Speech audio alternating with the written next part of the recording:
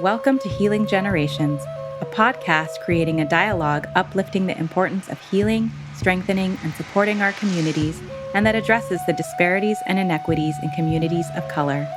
Healing Generations is brought to you by the Healing Generations Institute, a collaborative initiative of the National Compadres Network and the Brotherhood of Elders. Be sure to subscribe to stay up to date on our new releases. Welcome to the Healing Generation podcast. My name is Ariel Jimenez, and I will serve as your host for today's segment.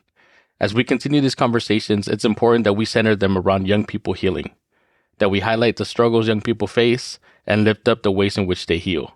For that reason, today we're joined by Maria Vera, who currently works with youth in Salinas and who was once a youth participant herself. So let's just go ahead and just jump right in. So thank you, Maria, for joining us. We're excited to have you, and we're excited to have this conversation. So welcome. Thank you, Ariel. So you already know how we do things in Círculo. You already know how we do things at NCN. It's always important that we start with conocimiento. So, before we get started, let us know a little bit about you. Who are you? Where do you come from? Who is it that you represent? What do you want to tell us about Maria, who showed up today? So my name is Maria Vera. I am a Salinas native, born and raised, the east side of Salinas to be exact. I am a daughter, I am a mother, I am a sister, I am a community member. And I want to emphasize the community member part just because I feel like life itself and our experiences bring us into community. But a little bit about myself. I was a little girl growing up on the east side who grew up with a bunch of like-minded folks and took different avenues. I ran into a few problems, which guided me into mentorship, and that in itself pulled me into the work with NCN. One of the things that you said that you wanted to emphasize was community and doing community work and being a community member, and even emphasizing East Salinas. Right? Because where I come from, East San Jose is a different world than the rest of San Jose. And I'm assuming East Salinas is the same. And about community work, what is it about community work that brings your passion out, right? Because for me, I've always been taught community starts at home. And yeah, we might get a paycheck for it, but we do it because we love the community. So what is it about community work that drives you? I think the experiences, the lack of resources, the same struggles with different perspectives and different approaches. Mm-hmm. I think that just in itself, as humans, we're usually pinned against each other. Yeah. So I feel like, again, emphasizing the East Salinas, we have a lot of farm workers, we have a lot of raza, a lot of people without the resources to thrive in a community that they provide a lot to. And the only reason why I say that is because Salinas feeds like the world around, So a lot of our immigrants are facing those challenges of working in the fields and being the provider and still being looked at or undermined, as human beings. So I think that's what kind of centers me. The beauty of like hearing the paletero and hearing the elotes, like just the convivencia, the love, the actual, I don't know, the love. Yeah, just the love, the actual love, because I can't even emphasize more on that because it's like you are in the office with the door open and you see someone and it's like, hola, it's not like, oh, ellas están en oficina. No, their community, their raza, and the acknowledgement is there. So I think that the acknowledgement piece is also very important. Yeah, I think both of those are important, right? Like one, acknowledging that there is no resources for the people who are a resource for like the entire world.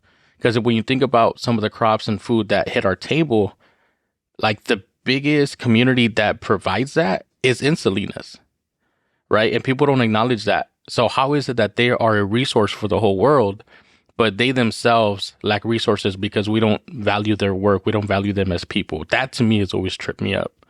And then the love component too. That's true. Because I think that connection, that community, like not just the fake, how's it going, good mornings, but like, how are you doing?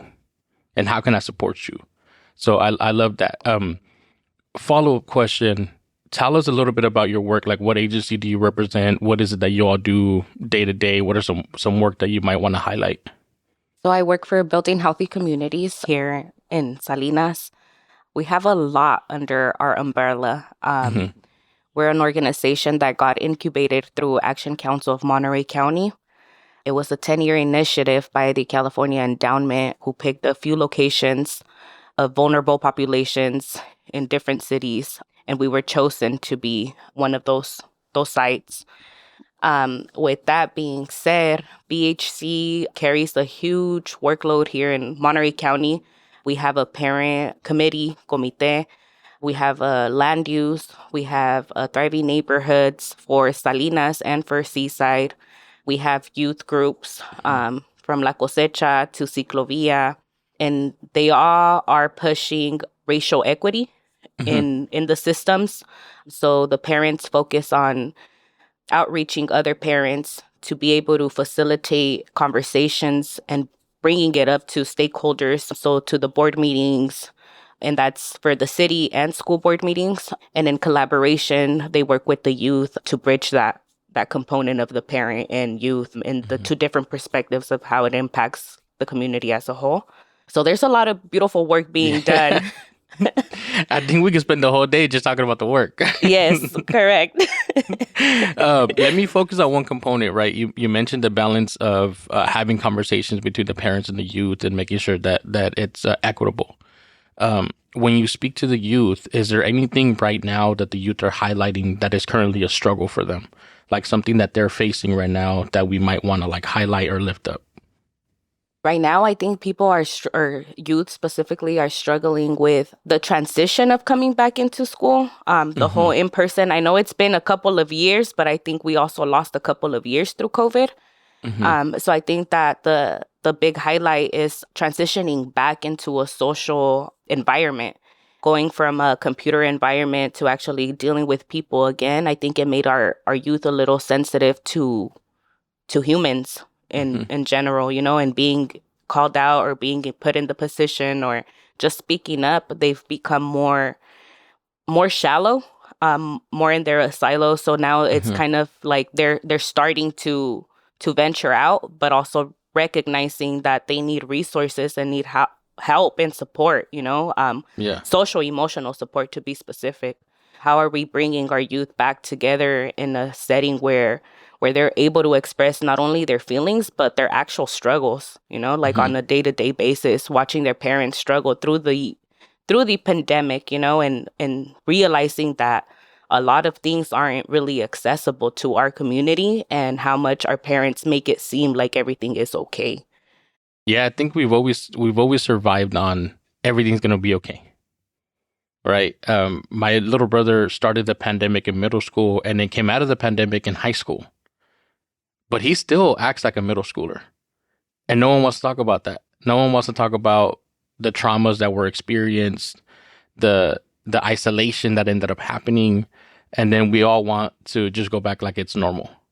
Right. And not even only the students, but the teachers. Like the teachers experienced loss too. They had to maneuver through a Zoom environment they weren't prepped for. So I think there's still a lot that we need to really heal from when we talk about those issues. Now, the question is, what does healing look like, right? Because a lot of these conversations are centered around healing, but let me ask you, you do a lot of healing work. And sometimes we don't call it that. Sometimes we just call it the work. But if you were to define healing in your community, what does that look like to y'all? I'd say to even begin, it'd be acknowledgement. Realizing that there's another human, like the in la quech, that's where it really hits. Knowing that people have their own struggles and treating them as humbly as possible and as genuine as possible, because you don't know what that person is going through, whether they have a funny, giggly facade. You don't know what's going on inside, so just acknowledging the person for one, and then getting into the conversations of what is it that you actually need? What can I provide? Knowing, getting to know the conocimiento part as well. Like how do the resources or whatever I have, whatever light I carry, how can I pass that on to you and share it? So it's not necessarily actually having to sit in a círculo. I know that that's our way for a lot of folks, but I think that when we introduce people, or before we introduce people into those ways, is actually seeing them as human beings, and being kind to them and to ourselves while we're having those difficult conversations. We tend to shy away from them, but the acknowledgement piece is what's gonna get us to those steps to do the actual digging and the healing. Because you can't just go on and point out someone and then be like, oh, this is your list of baggage. You know what I'm saying? Like, no, get to know the person, what got them to that dark place, and then talk to them. It takes a little bit of counseling, so to say, when it's really a plática. It's a conocimiento. It's like, again, how can I support you? What resources do I have that can support you and benefit you on the long run before I introduce you to a whole setting of let's go sweat? Yeah. You mean there's not just a magic pill I can swallow, be all right? Nope. I got a list. I gotta deal with the whole list of baggages I carry. You said a lot within that, and thank you for sharing that, because I think the way that you share it, it was very easily digestible and easily to understand. Right? That's beautiful. There's a couple things that I want to touch on. You mentioned enlaquech. For the folks that might be listening that don't know what that means, do you mind explaining a little bit? What is enlaquech? Tú eres mi otro yo. It's smoking mirror, basically. A veces no queremos ver lo que otra persona, or we're quick to judge the other person, not realizing that a lot of that is our own trauma, We forget that piece of humanity. Yeah, of humanity, that interconnection. And then you talked about Círculo, right? Sitting in Círculo. So I'm going to bring you back a couple months when you were in the Mujeres Retiro down in King City in Jolón. And you got to sit with the maestras there. You got to be in a space that was femme-identified, that was femme-centered, femme-healing. And you got to connect in that way, even through a sweat ceremony. How was that retreat for you? How was that weekend for you? How was that connection to the maestras for you? Oh, I haven't had the chance to actually be honest with myself about the Retiro. So that's a great question. But I think overall, going back to being human, it was definitely a reality check. It was, okay, you've been doing the work. All right. How much have you done of it for real? It was a beautiful experience sitting with all the women. But again, it was a moment of reflection for myself, like, damn, like I've been doing this. There was a lot of anxiety. But again, it was my own trauma. It was my own trauma that I hadn't dealt with, like just me being away from home, just me leaving my son. It's just little anxieties that peek through the day that you're like, dang, but how do I fill my cup so that my little one is okay? It was that moment of realization that it was like, órale, this is what healing looks like. This is what filling up my cup feels like. I know I'm going to have the stressors of like, life doesn't have me right now. I'm checked out, but really I'm centering myself. I'm bringing myself back home. So it was a give and take between myself, like how being selfish in a sense of like, this is my space, this is my time. The vibe is good. The medicina is present. How do I actually pocket this to then share? Yeah, I like that. The vibe was good and the medicina was present. That's real, and that's the true thing, right? When we sat, because I went to that retiro shortly after you, right? The next weekend, and it's that same thing. You show up and no one's being fake.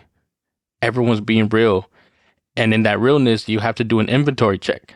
How am I really healing? And it's not time to deceive myself, because I'm good at lying to myself. But just being real with myself, and what is it that I got to work on? And then this medicine that I just felt and experienced, how do I take that back home to my community, to my family, to my relationships, to my little ones, to my partner, so that they could benefit from that same medicine? So I like that aspect of it. Now, this question is going to be a little bit harder. Maybe. We'll see. Okay. There was a lot of maestras that you're connected to that you continue to heal with and you continue to learn from. We often say we didn't get traumatized on our own, so we can't heal on our own. Healing is about connection. So thinking about your healing journey, is there one person that you want to lift up that has walked with you in that journey in a good way? I'm going to say Laura Tinajero. I feel like Laura was my mentor while I was a troubled youth, a a person who people didn't want to spend their time with.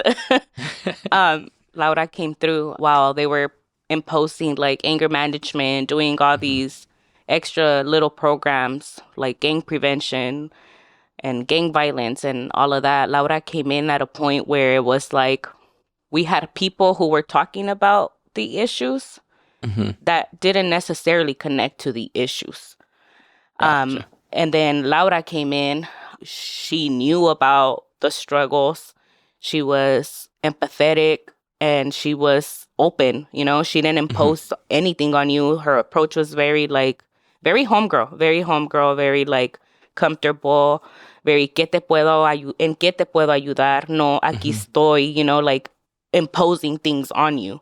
It was definitely a conocimiento. It was definitely like, I got you. Like, you need something, like, let's go, you know? Like, Laura has been a crucial component in my life. There was a few times where I kind of shied away or kind of like, you know, was like, I'm kind of doing my own thing. And some way, somehow, Creator placed her right in my life again.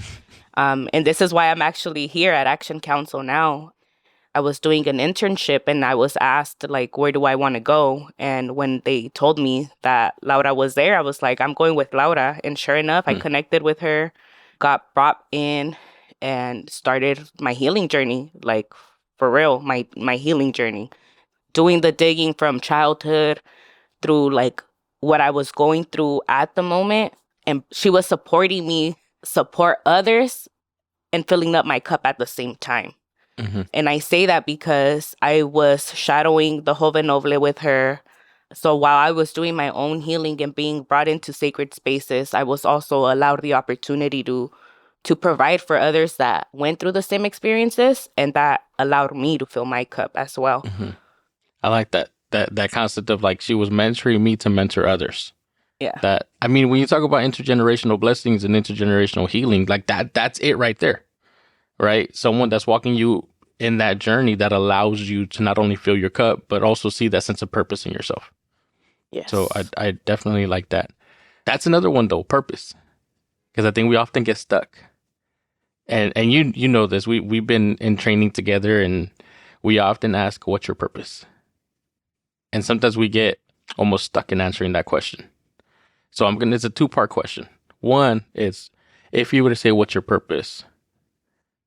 How would you answer that? And then I'm going to have a follow-up question in terms, you mentioned Joven Noble, you mentioned circles. I'm going to come back to that one in a minute. But what do you think your purpose is in your community, in your family, in your relationships? Definitely to spread the light that I carry and not the shade that I carry. To focus on basically sharing my gifts and not my baggage. It's definitely to leave it better than what I came into, making sure that people don't go through the same things that I went through, and realizing that there's other opportunities and other ways of becoming wiser without going through the experiences. So I think that's my purpose. I don't got to burn myself to know it's hot. I'm a knucklehead, so I learn by experiencing, but I would hope that at some point I could learn from other people's lessons, right? And not me having to go through it the hard way. Yeah. You know, we often get stuck on the intergenerational trauma, everything that gets passed on from my ancestors, the experiences that they experience. But what you just highlighted right now was the intergenerational blessings. They left us a lot of beauty too. So can you speak about that? Like, what are some blessings and beauty that you think you inherited from your ancestors? The carácter, man. The attitude is there for sure. Carácter and passion. Yeah. The carácter and passion. I actually go for the passion. I say, you're lucky I am this passionate, you know? But I think the perspective of looking at things, not only for what they are, but also pulling the good in it, you know, the beauty in it. My mom has a horrible way of letting you know what you need to know. She's very blunt, like hella direct, that sometimes you take it as an insult instead of a guidance or instead of a criticism. Consejo. Yeah, like it's like, no, you take it harshly. But I feel like in generations we've lost a lot of communication. And I think that now we try to tailor a lot of how we speak to make sure that we're not hurting people's feelings, to just be conscious. But I feel like with that, we lose the message a lot of the time, you know, and part of being human and part of wanting the healing is being honest, you know. So if you can't be honest with yourself, having that other person who can be honest for you and with you. And there's a difference between the talking shit and stating facts. Yeah. I'm going to say that for sure is something that I've carried on, being very straightforward, telling you what I need or what is going on rather than beating around the bush. I think I'm definitely carrying the hardworking, the guerrera, the I'm here for a long time, even and for a good time, you know, even if it's not forever. And the alegría, you know, the like, you know what, I don't need anybody to make me laugh. I got myself to make myself laugh. So I feel it. La alegría and lo trabajador, you know, the need of supporting my community. Yeah. I think we might have a similar mom. My mom is direct. And if it didn't land well with you, she's like, that's your problem. I simply just held up the mirror. And if you don't like what you see, then change it. But comes with the alegría too, right? Because I think that there's a lot of healing in laughter. There's a lot of healing in joy. Healing doesn't have to be hard. It doesn't have to be sad. It doesn't have to be painful. Like healing has all the different components. Healing's an everyday part of life. So thinking about just everything that you shared, because I said I was going to come back to one component. You sitting in circle, you mentioned Joven Noble, you mentioned youth groups. As a participant, is there a teaching that you gravitated towards? Is there a teaching that you took with you that you just continue to learn from? I really like the Codex. I feel like the Codex is something that if you're not into vision boards, this kind of allows you to get into vision boards, and only because you get to see the ugly and the beauty, you know. You see the transformation of where you were. I think a lot of the times we undermine like our growth, or don't even take the time to acknowledge our growth. Sometimes we feel like we're stuck in the same struggles, and maybe we are in similar situations, but we are past the finish line. Yeah. So I think the Codex is one of my favorites just because it allows you to acknowledge the trauma and also like where you are now, like what you envision and your true values, you know, like the valores that you actually carry, that you haven't forgotten about, that even though things have gotten ugly in the way, like you still carry yourself with honor in that way. Yeah, that's a good one. You know, I have one of my brothers, Rodney Washington, that says, we got to celebrate ourselves, because if we don't, who will? And sometimes we get stuck at being our own hardest critic, that we forget to celebrate the wins and how far we've come along, right? Because we're like, oh, I'm not where I want to be yet. But if you look back a little bit, you see how far you came. When you were talking about having that passion, I was a passionate youngster, and sometimes my passionate got me in trouble. So when I think about now, like I channel my passion differently, right? It still provides me energy. It still provides me a voice. I'm just now learning how to build with it and not destroy with it, right? And for my own self. So it's a journey. Now, this next question, I want to take a moment and just highlight A.B. Ozuna, who's normally my co-host on here. He is dope, and this is his favorite question. This is my first time asking this question because he's not here. So I'm going to put that on my badge of honor. But if you were to have a mic and a stage and you can highlight one issue uninterrupted, what is the issue that you would want to highlight? It's hard because I have two that I'm like, but I feel like it'd be like world hunger and homelessness. I feel like they go hand in hand. I feel like just being here in Monterey County and seeing all the produce and all the waste of produce, like I'm just like, man. And then we see all the homelessness, we see all the efforts being done for it, all the food banks, you know, and I'm like, damn, how do we bridge that? Like what bridge do we need to be able to collaborate, to be able to go back to the basics? I feel like we've become so greedy in the sense of like, I want more, or I already have this, but I can get more. And it's like, man, what happened to the basics of like con que estés lleno, you know? Like, if your tummy's full, like, hey, pass it on to the other one. Yeah. Like, hey, if we have food that is going to waste, like, why isn't it available for us to go, like, have, like, little workshops where it's a pick your own stuff, you know? Like, come harvest your own food workshops, even if it's after, like, the workers have already, like, gone through those surcos, you know? Like, where does the community come behind that to clear that up, start their little farmers market? How do we provide back to the community or use even those resources to feed the homeless?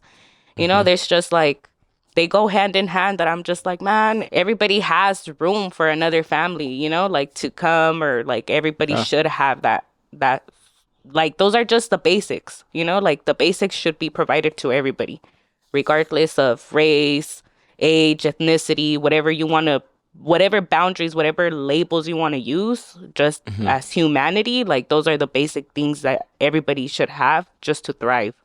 Yeah, whatever false barriers we created. Yep. You know, I like that when you said, what bridges do we need to create, right? Because that to me sounds like it's solution oriented. You're not saying this is only an issue, but what do we got to create in order to get rid of that issue? And I think sometimes we miss that component. I'm thinking back, you know, when I was working at an agency called Communiversity, one of my coworkers there, his name's Zach, he created a program called Garden to Table, where what he ended up doing was getting our youth from our Joven Noble group and going in the community, and anybody that had a fruit or vegetable tree that was not kept well, says, we got some youth that will clean your backyard, and what we're going to do is pick those oranges that are eventually going to fall on the ground and create muck. We're going to pick those peaches that you're not necessarily eating, but that you're also not picking or cleaning. And what he ended up doing is that whole week, he would just go to every person that would want to be part of the program, and we would clean their backyard and clean their trees and trim them. And then we would take the excess fruit and then create a little farmer's market free of charge for the community. Anybody that walked up, take whatever that it is that you need. Didn't cost anybody no money. Didn't cost anybody anything. And all we did was just clean up people's backyards. So like something like that, right? Yes. Like, we have enough for everybody. Like community gardens, you know, like, well, where are we putting those in neighborhoods instead of all these liquor stores? Like, come on, like, what are we doing? Yeah. And you know, we got some bad people in our communities that know how to harvest, and they will make beautiful gardens that will feed the whole neighborhood, right? But it's that greed that I'd rather throw this in the trash than give it to someone. That's not community based to me. But I appreciate you lifting that up, because I don't think we talk about it enough. We think of homelessness and we think about people who might be going through a mental episode, or who are stuck in drug addiction, no shoes, asking for money. And they're equally important, but there's a lot of other people struggling with the same issues that might not be presenting that way, you know. Now, thinking about the next generation, who hopefully will be building those bridges to make sure that we inherit more blessings and less baggage. They also need a lot of support. They also need a lot of love. They also need a lot of guidance. So if you're thinking about the next generation, what is some advice that you would have for them as they kind of try to like navigate through this world? I feel like I've said this advice to a couple of youth already, but I think one of the big ones, and this might apply more to the Latino community, to be honest. I feel like we carry this big burden of our parents already made the sacrificio to be here and give us a better life. And then we kind of hold that as like it's our responsibility to take care of them now. And although I am very forward with taking care of our elders and like providing and whatever lo que ocupes, aquí estoy, I think it puts a lot of pressure on our youth. I think it puts a big burden to where they feel like they're stressed out, their anxiety is peaking, because it's like they're going off to school and they're realizing that the rent here is super high. They're realizing that the bills are expensive and everything just continues to bump up. They see the pay rates, you know, and I feel like it's not your problem. It's not your duty. I feel like we don't emphasize that as much. I feel like si tienes y puedes, adelante. Si no puedes, ahorita, a lo mejor next time, but don't burden yourself over adult responsibilities while being a youth. Enjoy your youth, have fun, have fucking fun, because once you become an adult, I know we are raised to be 18, but once you become an adult, reality hits and there's no manual, there's no guide.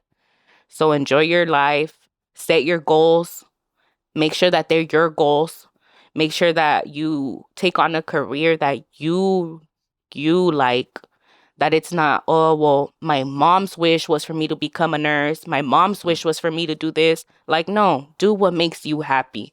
Because if not, we're creating a bunch of expectations and we're not living in our full selves. We can't represent ourselves like how we want to represent ourselves because we're not living our dream. We're living somebody else's dream. Live your dream because you're not able to live your mom's dream. And even if you were attempting to, you're never going to do it the way she expected you or the way they expected you.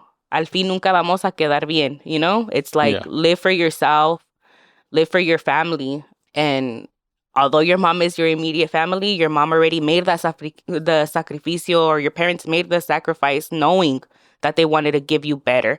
Even if they didn't have better, they wanted to make sure that you had better. So they were setting you up for yourself and your family and the next generations to come. Las que pasaron, ya pasaron. We're healing for them now. We're healing for them now. Like, let's heal for our next 7 generations. Yeah. No, I mean, I think I was in Salinas with you when I heard that concept of like, I want to be the person that I wanted to be before the world told me who I should be. Like, we want to remove all those checklists that everybody else had. And guess what? At the end of the day, I'm still my mom's dream, right? Supposedly I'm the dreamer. She was the dreamer. I'm the dreamer. And no matter what I do, she's going to be proud of me. There might be some coscorones and some, ear pulls along the way. But I think wherever you end up being, mom's love's unconditional. So I appreciate that advice. I wish I would have got that advice when I was younger. So I wish I had you as a mentor to tell me that before I started going through the many different journeys of pleasing people. Yeah. But I appreciate that. Now, we're coming to the end of the conversation, but I wanted to pass you the palabra one more time. Is there any closing remarks, anything that you wanted to share that maybe you didn't get a chance to share? Story, teaching, experience, anything's on the table. Anything you want to close us out with? Make sure you do your own healing. Make sure you love. Make sure you take care of yourself, and just remind yourself that you can't give out of an empty cup. So make sure you're hydrated. 100%. We had a maestro say, pour from your excess, not your essence. That to me, I was like, all right, cool. I could get behind that. But Maria, it's always good to share space with you, whether it's in training, whether it's in circle, whether it's in community. I just want to thank you for sharing your knowledge, sharing your stories, your teachings, and your teachers with us. So I know this won't be the last time that we hear from you, but I'm just so grateful for your story. I'm so grateful to share space with you today. Thank you. Thank you for being part of my adopted family, even if you didn't want me. It's kinship. It's kinship. That's what we call it, compadre and comadre. That's a chosen family. So we appreciate that. And to all our listeners, we're going to continue to host these conversations. So please tune into us. You can find us on Facebook under the National Compadres Network, and on Twitter and on Instagram under La Cultura Cura. And make sure that you do tune in to the Healing Generation podcast, as we will be continuing to release different episodes, focus on youth healing, focus on elders and yelders, and also focus on our comadres and our mujeres who are doing some beautiful healing work. So thank you again, Maria, and thank you to all our listeners who tuned in today.